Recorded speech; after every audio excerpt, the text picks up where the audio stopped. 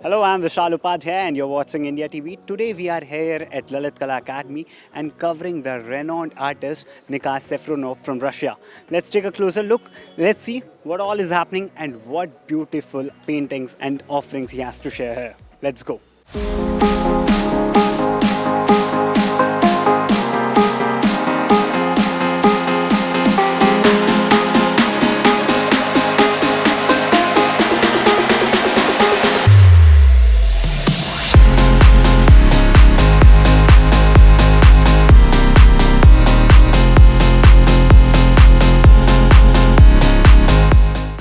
Welcome to India TV, Mr. Nikas. Thank you so much for the opportunity to come with the exhibition. It's a big honor for me.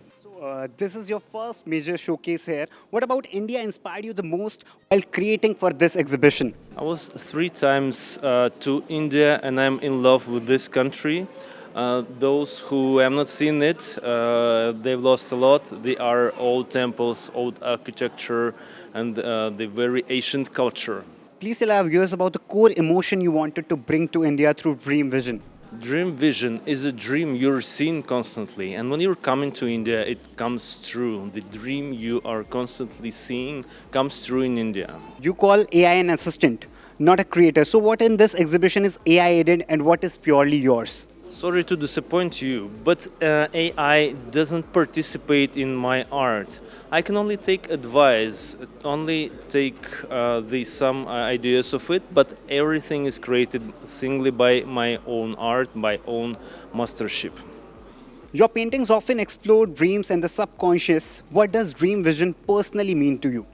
So first of all, this is my personal dream about the Venice. My son lives in Italy. He's from Italy. He lives in London, and this is a dream I personally often was seeing when I was there. So, how do you interpret Indian mythology and cultural symbols in your own artistic language? First of all, India has the very rich, if not the richest, mythological and cultural heritage, and of course, I took a little pieces of advice of AI. I've taken a lot of pieces of advice of my friends, Indians living in Moscow, and thanks to their corrections, sometimes I was changing my words a little bit. And then, thus, the artificial intelligence is more like the car navigator. It can lead you to the dead end, and if you trust it in full, it may not end up well.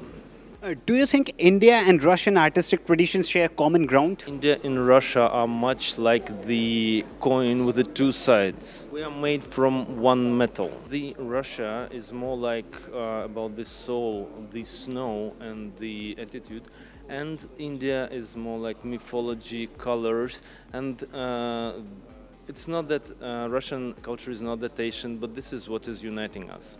So India and Russia share a lot in common. Now, when I was a kid, I was watching a lot of Indian movies like Awara, Citizen 412, etc. And much like India, Russia was invaded several times by Napoleon, by Swedish, and India was also invaded many times, so this is also the thing that unites us. We are not only economical partners where we always have been cultural partners. We never had something to divide with India. We always just traded and were obsessed by each other's culture. And the first Russian merchant, Afanasy Nikitin, who came to India in 15th century, he brought back home the impressions and he told there in Russia how beautiful this country is. Indian culture can be studied not only for hundreds of years, but for the thousands of years it can be studied.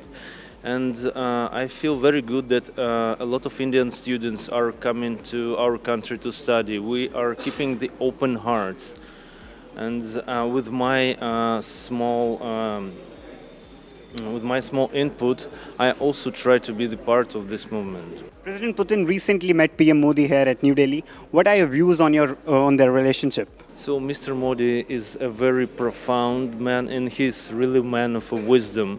He never loses the connection with all of the other world. As a true Hinduist, he also keeps the ties with all of the world, with all of these countries. But by the same token, I also know that his bonding with Russia is much stronger and much deeper than his relations with other countries. They are not only partners, they are friends, and not these kinds of friends who can hold the knife behind the back.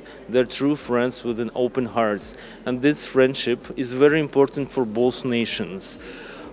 This is especially important in the circumstances of the total cancellation of Russian culture. India doesn't have anything like this for Russia. India is accepting Russia widely, and this is very much appreciated. As they say, the friend in need is friend indeed. I'm very thankful to your channel for supporting my exhibition here in New Delhi and also in Mumbai.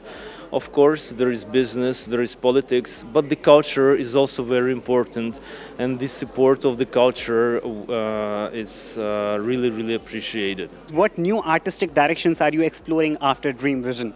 First of all, for the last half of the year, I've wrote 20 new works dedicated to India to show my attitude. So my aim was not only to bring my old works, but also to write something new to express my appreciation. I hope to continue to explore Indian culture, and I see it as one of my not new but continuing directions in my art. So we think this exhibition might be attractive due to the use of new technologies.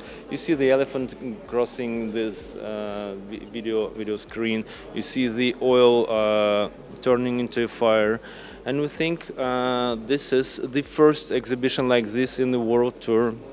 So what's interesting is that the viewer here in Delhi and also in Mumbai would be able to see both portraits, the graphics, the dream vision, the landscapes, and every viewer would be able to find one or two pictures which he will particularly like, and it shows the evolution of the artist.